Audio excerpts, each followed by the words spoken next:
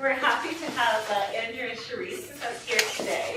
And she is currently assistant professor in health studies at the University of Toronto Scarborough campus. Her background, though, is in English and literature and the humanities. And so this week, we're really talking about how we might look at approaches from the humanities and social sciences. A lot of the students here are more familiar with some of the social sciences approaches. I don't know how many of you might be in the humanities, but this will kind of give us, it's great, welcome. So this will give us a sense of looking at critical perspectives, and the talk is also being co-sponsored with Gilbrea Centre and the Critical Health Research Network that runs through McMaster University. So I won't take up any more time, and welcome, and we're happy to hear what you're saying today. Thanks. Thank you so much, Amanda, and thank you to all of you for turning out. It's really a pleasure to be here. It's actually wonderful to be returned to McMaster. I actually graduated from the Max Arts and Science program some time ago. Arts Science will be done, no? And for those of you that aren't familiar with the cultish appeal of this wonderful program, it's a small interdisciplinary program that trains undergraduates to have knowledge base both in the natural sciences and in social and critical thought. And I mention that because I'm actually quite certain that if I hadn't had that experience at McMaster, that I wouldn't be speaking with you today. And I suspect that my career would have gone off in a very different, probably less interesting direction. McMaster University, I think, is a place that has long encouraged the rigorous transdisciplining, which I think is a better word than undisciplining. So I'll say transdisciplining of our thought. And I think that commitment is apparent in the range of speakers that you've assembled as part of this series. So it really is an honor to be a part of it. So I'm very glad to have the opportunity to talk with you today about the contributions of the arts and humanities to our understanding of the meaning and the lived experience of aging and, as we'll see, of mild cognitive impairment. As Amanda mentioned, my PhD is in the English literature, but I've also worked now for many years as a researcher, primarily in geriatrics, although I got my start in clinical epidemiology. And some of my work, too, involves studies of undergraduate medical education. So that is my multiple sites of interface with medicine and more biomedically oriented approaches to aging. After a postdoctoral fellowship at the University of Iowa, I then returned to the University of Toronto, where I began my work as an assistant professor of health studies. And my research and teaching there are focused on how the arts inform the critical study of health and illness. And I'm also very proud to say that this emergent field of health humanities, I'm very proud to say, is a program that I launched at UTSC. It's the first formal undergraduate programming of its kind in Canada. So in this field, and in the more specific field of humanistic approaches to age studies, my work is really motivated by these questions. The questions of why the arts matter to the study of health.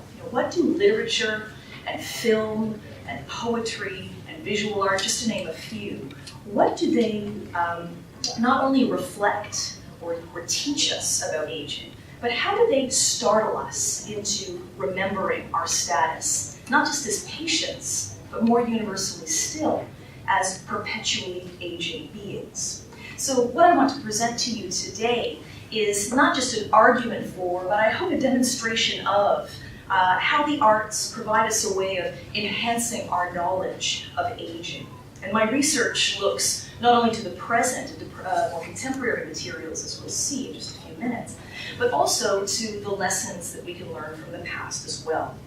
So my book project that I am currently finishing, I'm actually finishing, and I'm not just in that perpetual finishing, I promise, I'm actually finishing it, so it's good, examines how aging was conceived of in 19th century British literature, and more specifically how increasingly medicalized ideas of aging became reflected in the arts, and specifically the literary arts of this time.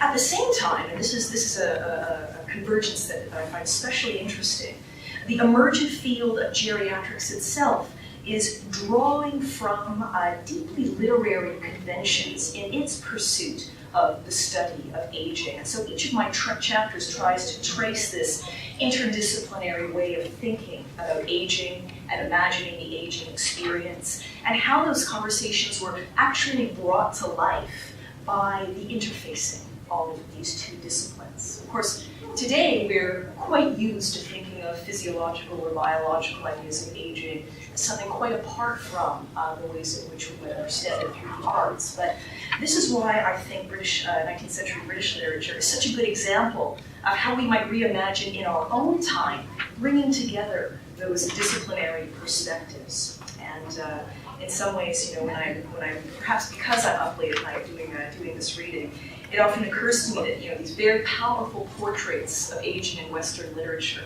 Shakespeare's King Lear, its portrait of elder abuse, of social isolation, the elderly, of homelessness.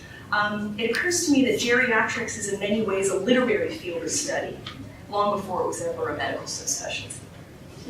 So one topic that I do describe throughout the book is the birth of the concept of an aging population, and specifically how an aging population itself becomes a character in numerous 19th century novels. And I'd be happy to talk a little bit more about that in our discussion, but I want to say that my interest in this language of aging does allow me to pivot from the past into very contemporary issues. For example, the emergence in our own time of an especially treacherous metaphor, which you may have heard of, the gray tsunami.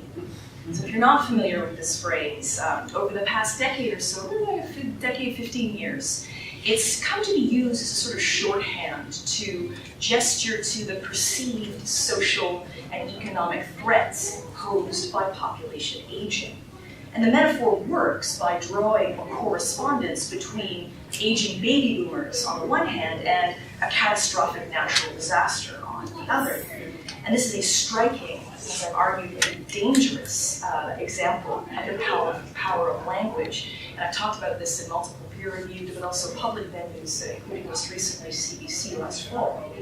But far from being, unfortunately, just a 21st century invention, this tendency to abstract older people into a faceless, threatening mass is actually something we can first link back to the 19th century, where novels began to do exactly this, look at older people as an apocalyptic threat to the integrity of the social fabric itself. And so this, for me, is just one urgent instance of our need to look to the past, to disentangle our thinking about the present and our realities of the present. And noticing language helps us better understand the disjunctures that emerge between idealized and pessimistic portraits of aging, as well as alerting us to the fact that the arts are often born out of this gap between the ideal and the real, theory and practice. In addition to being a medium of expression, then, attending closely to the arts can help train us to better notice how these patterns work and how they in turn work on us. So put simply, language gives life to the meaning of aging. The gray tsunami is a damaging example of this, but can language also help us reflect the texture of aging? Can it serve as a vehicle for teaching and learning about aging across the life course? And given my research and my interest in this, of course my answer was, yeah, of course it can. It's very clear it does. And so I had this wonderful idea, and it remains a wonderful idea, well, it's time to bring it to the undergraduate classroom. And just a word to the researchers out there, that if you ever really think you've got a great idea, the best peer review you'll ever get is bringing your ideas to your undergraduate program and undergraduate students, because they will tell you very quickly if you're as clever as you believe yourself to be. Here's a quick example of that wonderful and very valuable peer review process. So I received a teaching grant that allowed me to develop this course that was simply focused on the arts and humanities approaches to the study of older age.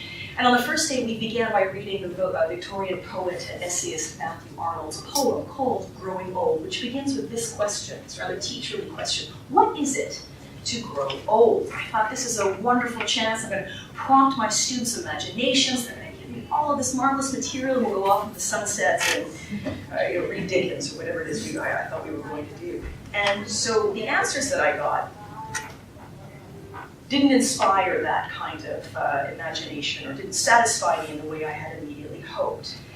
If we look here, I mean, what we can see is, I mean, you can actually visually see this, right? Single word, often even monosyllabic answers. Frailty, 65, forgetting everything, these answers that are not just simple and minimalist, but also, as Margaret Goulet would say, the age theorist Margaret Goulet would say, are indicative of the ideology of decline, the way in which we so often see aging as an expression of decline. Here's my favorite one, cataracts and prune juice. At least that had multiple syllables, words, and so on. So I thought, oh, this is a terrible beginning. What have I done? What are we going to do? Except, almost thankfully, in the next thought I had was, well, actually, if this is the message, my students are coming into the classroom, this is actually going to be a kind of an index of how useful, whether it is indeed possible to change or reframe this message around aging by simply looking through the materials and the methods of the arts. Is this going to work? My class will be an index of whether that's the case. So I'll return to this anecdote at the end of my talk. But suffice it for me to say now that this is a kind of example, a micro-example of the ways in which the words we use not only reflect our ideas around aging, what older age is, what it might be, but also how the classroom can be an activist space for addressing aging's own hidden curriculum, well before our undergrads, who are, of course, our future colleagues, well before our future colleagues enter the professional sphere. So both my research and my teaching then aim to communicate a sense of why the arts matter to the study of aging. But the texts I'm going to focus on now in the second part of my presentation, I think go beyond the merely or even perhaps even obviously useful. Instead, I've chosen them because I think they comprise really meaningful sites of public learning about aging, what the brain can do over the life course, which is an especially important question given the public discourse of crisis around aging and cognitive impairment especially.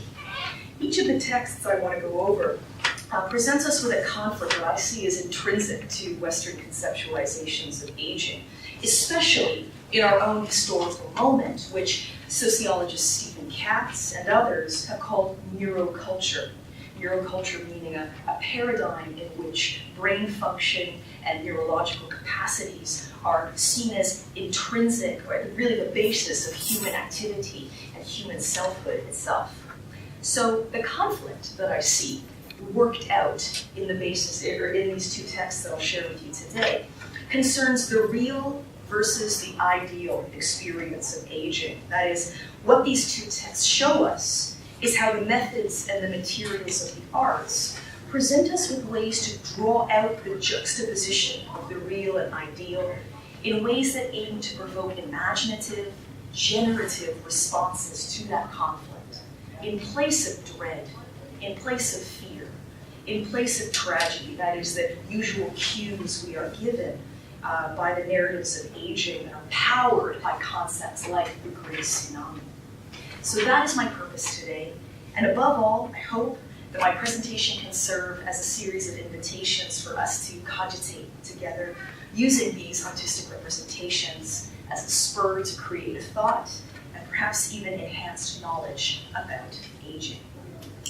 So I hope each of you has received not only a handout, which has closer, I think, better versions of the text that I'll be talking about today, but also a small piece of paper. If you don't, just let Amanda know she's got copies of either. But what I'm going to ask you to do is, with your respective small piece of paper, please follow its instructions and write down your response, because we'll be, I hope, circling back to those instructions again. So the aging brain has long been the subject of literature, especially prior to the advent of medical imaging technologies. Literature provided, and I think continues to provide us with insights into the expression of age-related neurodegeneration, both for laypersons and for professionals alike. Earlier, I mentioned King Lear, but we might look too at Jonathan Swift's Gulliver's Travels, which I've excerpted on the slide here. And what we have in this portrayal is a portrait portrait of the eternally aging Struldbrugs, which is a set of immortal beings that the protagonist encounters. And for these beings, the stagnation of the mind becomes the chief expression of their older age.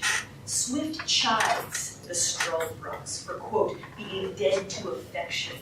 But he also suggests that their best fate, the best fate for those who are old, might be to, quote, turn to dotage and entirely lose their memories. For this meets with more pity and assistance because the Struldbrugs want many bad qualities which abound in others, end quote.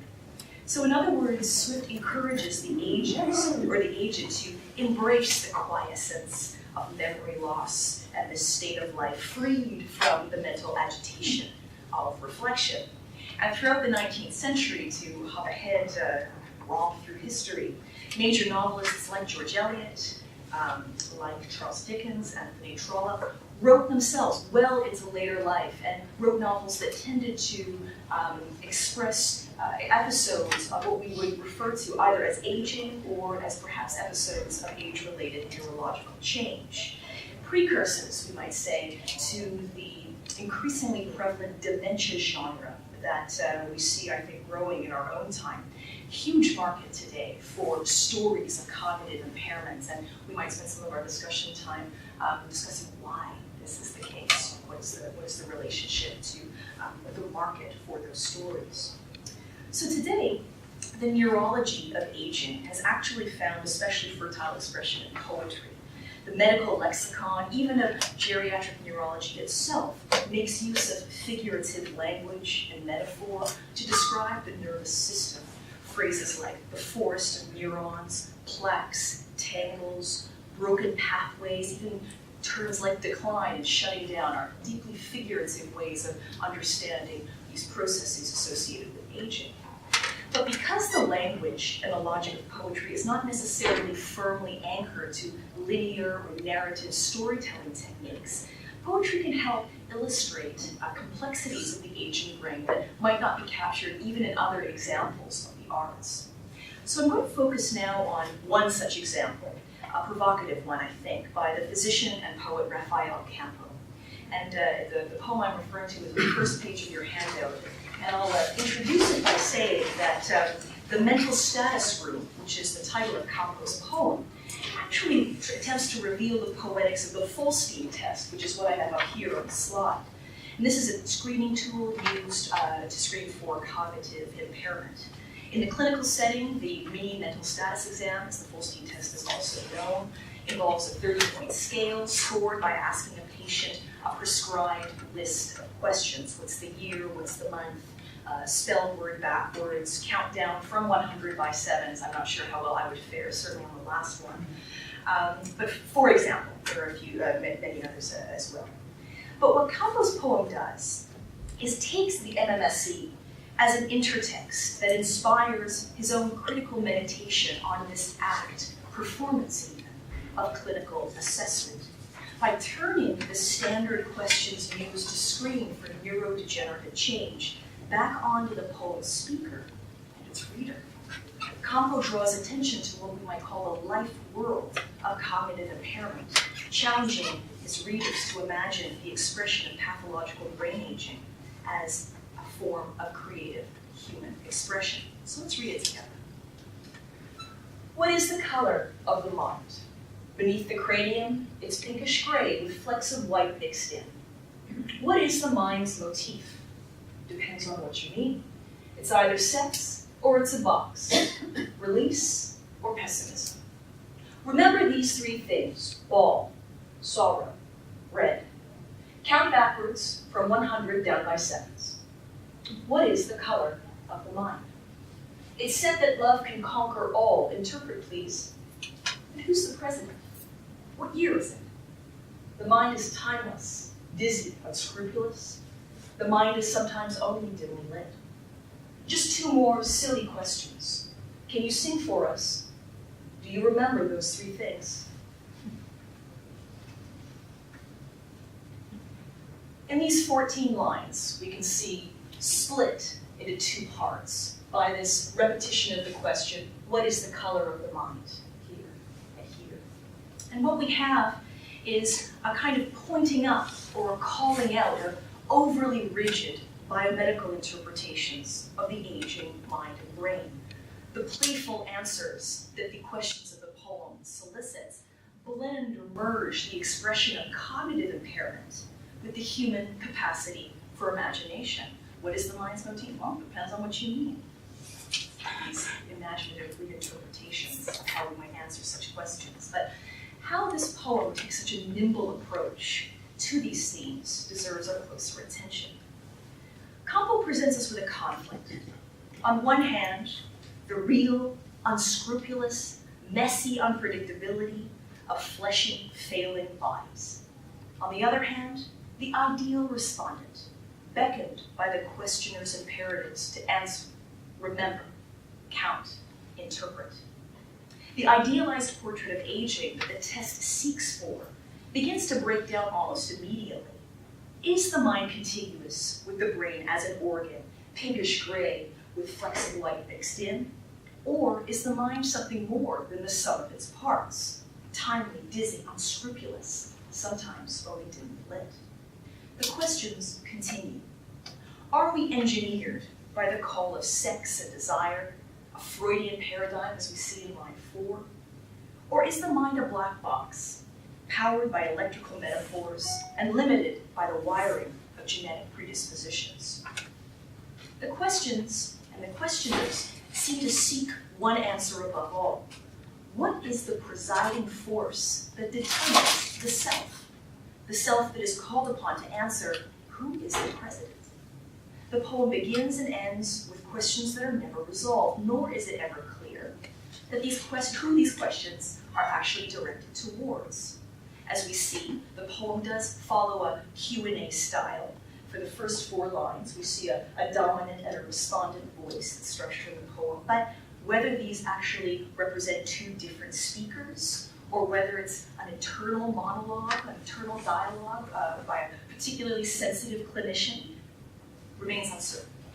By the final line, the mental status room only produces new inquiries for readers that choose to notice its invitations.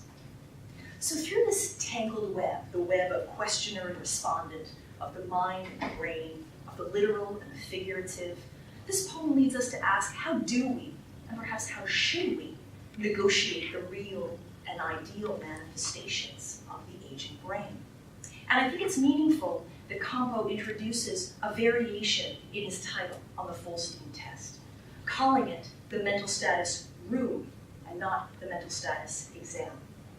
I think on one hand, the room of this poem probably gestures to the actual or the literal space in which such an interview would take place.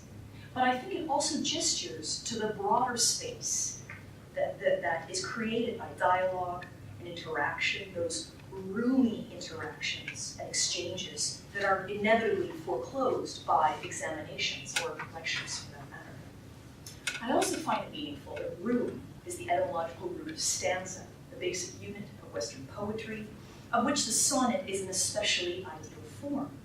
So in terms of both form and the content of this poem, Campo's work draws on the poetics of the Folstein test, only to expand and reimagine it, asking its reader to closely notice where the test makes room for ambiguity, seeing those very points of confusion as apertures to unsettle by casting light on its assured fictions regarding the truth of aging. Let me add another layer to this interest I have in this conflict that I see repeated in the next image below, and part of my argument as to how the arts and humanities uniquely highlight the divergences between the real and ideal nature of aging. On the other side of your window, you'll be able to see the work of Gilbrea Centre, who at the age of 65 gave up his role as the owner of a French lamp factory to take on a new part, that of Monsieur G, Mr. G, the artist and subject of a very distinctive form of photo collage that takes as its topic the symbolic enactment of human aging. And I'm only going to be able to talk about this one example, but I would say this certainly gives you a strong sense of what Garcin's photo collages look like. They're marvelous works, and many of them are available for you to look at online. So in this particular composition, which you've got on your handout, we encounter an allegorical image of selfhood that directly engages key concerns at health studies, and age studies more specifically. An image of Mr. G, the artist's persona, dominates the frame. This big image dominates the frame. And it is partitioned into these brick-like pieces and assembled stone by stone into a very impressive bust. But its imposing gaze, which directly addresses us, even challenges, I would say, the viewer, is compromised by the black space of deficiency that appears above the figure's left eye. This striking opening of absence, as you can see, hopefully see on your slide, and certainly more so on your handout, that space of absence effectively collapses the composition's foreground and background, making it unclear what, in the end, prevails. Is it the building up of the self over the course of life? Or is it the encroaching entropy of physical decay, the neural void? The title, Work in Progress, only amplifies that visual ambiguity. Mr. G's original, here in the corner, rests on this miscellaneous pile of debris, while looking downward, while a second figure looks upward toward the scene of lack. The immense persona of Mr. G holds our gaze directly, splitting the difference between these two ways of looking elsewhere in an image, compromised, nevertheless, by its concurrent absence and fragmentation. So in this work in progress, then, which way are we supposed to look? What endgame of aging should we choose? Where does aging take us? I think for Garcin, in this image and certainly elsewhere in his works, images like this provide a scene of play, which allow him to excavate from among the ruins of what we might see as the youth-centric values of conventional masculinity. Things like order, vanity, ambition, virility, and against those impossible ideals embodied by this dominant figure, Mr. G in the background, we have the contrasting presence of Garcin himself, the artist, the puny miniature, dithering in the foreground of this imposing double, the ideal. And I think very much like what we saw in Campo's poem, Garcin's image stages this critical impasse that's imposed upon us aging beings. How can selfhood persist in the face of external forces that seek to deny or efface the reality of the unideally aging mind? Like Campo's reenactment of the Fulstein test, Garcin's self-presentation here responds to the fact of a culture increasingly unable to accept the diminutions of the real. A culture more inclined to ask, with mounting desperation, can you remember? What is the date? Who is the president? And not, as Campo's poem improvised, can you sing? Or perhaps even more radically, can we sing together? So I started this talk by mentioning how important a space I think the undergraduate classroom is to me as a researcher. That it's a space, if not for singing together, although that has happened in my classroom. I won't foreclose that possibility here, but probably not today. If not for singing together, then at least for imagining alternatives to this kind of relentlessly pessimistic portrait of aging that we do tend to encounter in Western culture. I just want to very briefly begin my conclusion by overviewing part of a new curriculum initiative that I have launched at UTSC. Will be of interest to those in this room. And it's part of the new Health Humanities minor that I've designed and about to launch, about to launch. I'm perpetually kind of on a cliff, it seems. It's my nature. So Aging in the Arts is a 12-week or semester-long senior seminar for final year students in the health studies program. Approximately 30 students enroll, split into 4 modules, the course is. With these topics that in their various ways employ the methods and the materials of the arts to ask the kind of questions I've been going over in my talk today. Written assignments try to develop students' visual and textual literacy, reflective and creative writing assignments as well. Through those assignments, I try to ask my students to appraise the value of the humanities as a means of understanding their own status as aging beings and the representations of aging that we encounter in our class. And as for course materials, we range widely, looking at novels and poems, short stories, also visual arts and film. And an important aspect, I would say, of the course as well is to get out there into these spaces where we might not typically thinking about aging. For example, the Ontario Science Centre, or as we are going to do this year, to the Art Gallery of Ontario. Looking at the gallery, in other words, is a very public space of health, where we begin thinking about health in the gallery. This public element of the course is, again, I would say, an important element both of my teaching, but of this seminar especially. We tweet the lectures, we've got a hashtag, we do virtual field work, but perhaps most exciting of all, the final project for my students involves an unbounded creative option, which has created the most marvelous outpourings and constructions, including, for example, a light installation done by one of my more, I think he was in biological engineering or something of that nature. And the piece is called Thinking Outside the Box, which I thought was a wonderful way of thinking outside of these often very limiting electrical metaphors that we associate with brain functioning. So the idea of all of this being that thinking about aging, not as something that happens to other people, not as something that happens to populations, but as something I myself must prepare my future self for. My hope is that through these materials, that realization can be catalyzed in the students that take the courses that I teach this course. Okay, so I promise you to return to a story that I started at the beginning. And you'll remember then that I described on the first day of my seminar, the first time I taught this class, these minimalist answers to the question of what is it to grow old? So on the final answer, or the final seminar, in good experimental form, I repeated the question to see what the responses were. And by this time, those same students for whom aging had been this minimized, reductive, and really kind of off-putting concept, actually created this word cloud after reading 12 weeks worth of plays, including King Lear, novels, poems, and so on.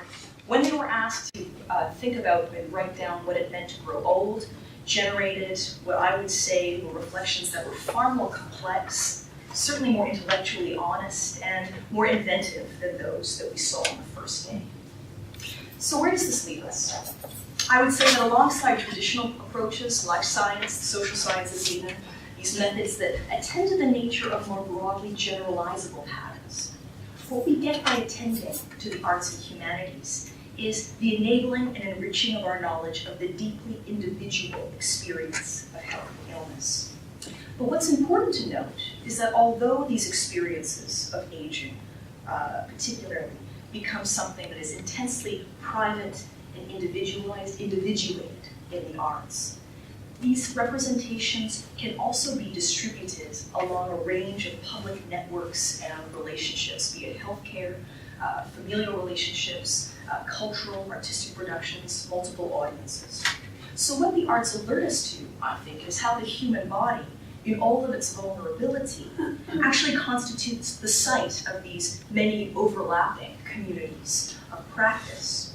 And every discipline, and the epistemological values it applies, becomes a way of giving flesh to the idea of aging.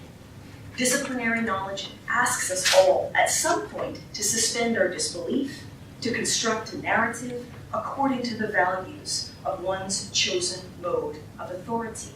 So whether our basic data set is composed of voxels or of syllables, my hope is that events like this, with the range of disciplinary affiliations that we have gathered here, give us the chance to glimpse moments of resonance between our respective ways of seeing aging. In a recent article, Williams, Higgs, and Katz write this, quote, "Aging brains may be different, but not necessarily deficient or pathological. We owe it to those who have aging brains not to reduce their humanity to one organ." Unquote. So to this I would add that we also owe it to those with aging brains, which is of course every one of us, not to reduce our potential knowledge of aging to the insights of a single discipline. Making room for the creative reimagination of aging is, to my mind, one possibly, and I would say potentially effective catalyst for making that ideal a reality. One last thing before I get into it. Each of you received a prompt, one of two prompts, at the beginning of the talk. And if you would be so willing to maybe pass them to this end of your row, I would like to collect them. There's no obligation to, but I do encourage you to. And we will make it. This remains anonymous. No one will know. Head down, face down, as you wish. Any collections that you get. I was telling you earlier. Thank you. Thank you. Wonderful. Thank you. Any others? Contributions. Thank you very much. Thank you very much. So the secret, especially if you were sitting next to someone, right next to someone, has probably been revealed. There were two kinds of papers that you might have received, and so what I'm hoping is that given the ethos of my talk, interest in the arts and humanities, that we might look at these responses to these respective understandings of aging. On the one hand, one fact about aging drawn from disciplinary knowledge. On the other, a sensory experience or a sensory recollection of someone, of an instance of interacting with someone of older age, that we can put these together and collapse them, perhaps, or see the moments of resonance in the pieces of the poem that I have in my hand. So before we go on, are there any brave souls that want to give a title to our poem that we're about to create together? I'm just thinking about the good idea. Okay. Improvise, just a first draft. How about it's a good idea? There you go. It's a good idea. Many stereotypes exist about aging. Grandmother putting on Carry hand lotion, sweet and a comforting smell. The smell of cedar fills the room as Dad patiently orients and guides the wood through the table saw. Freedom to be. Aging, dates have changed radically. 65 is now 75 to 80. Increased facility with language and metaphor. Will I live? Aging is a process over time. She, at her advanced age of 86, shows her vanity, not as a negative character, but as a way of respecting her person. My grandmother's laugh. Lemonade and popcorn. Cultural ideals of age are shaped by chronological age and time. My grandmother dancing, laughing, and drinking wine. Experiences of aging are grounded in social and cultural processes. There is a significant stigma associated with the reduced productivity that comes with aging. Slow down.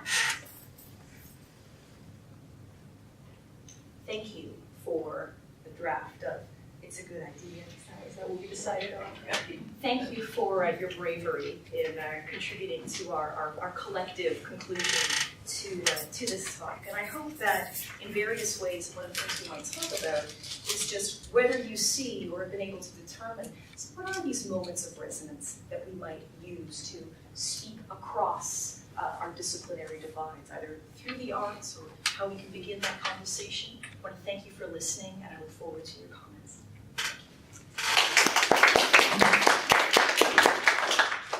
Thank you for a fascinating talk. I think we may have some questions now. We have